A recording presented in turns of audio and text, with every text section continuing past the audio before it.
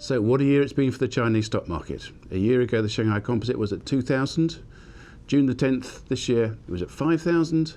It's now fallen back to 3,500. A real roller coaster ride. It started because the People's Bank of China began to cut interest rates and ease monetary policy, which is the traditional sign for the start of a bull market across developed markets. And that gradually built up momentum. And at the same time, property prices in China started to fall. And that has seen rampant speculation. So people began to switch their savings from property to the stock market. And initially in the larger cap stocks, but over the last 6 or 7 months in particular, we've seen a huge rise in speculation in the small cap stocks in China, many of which are not accessible to foreign investors. This last few weeks, the market has fallen very sharply.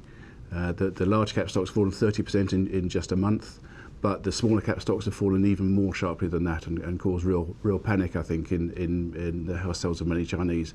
And we see the Chinese government try to intervene very aggressively to stop prices falling. All this shows, I think, that China is still a very young stock market. The investors in China don't really understand what they're doing and why they invest in stocks.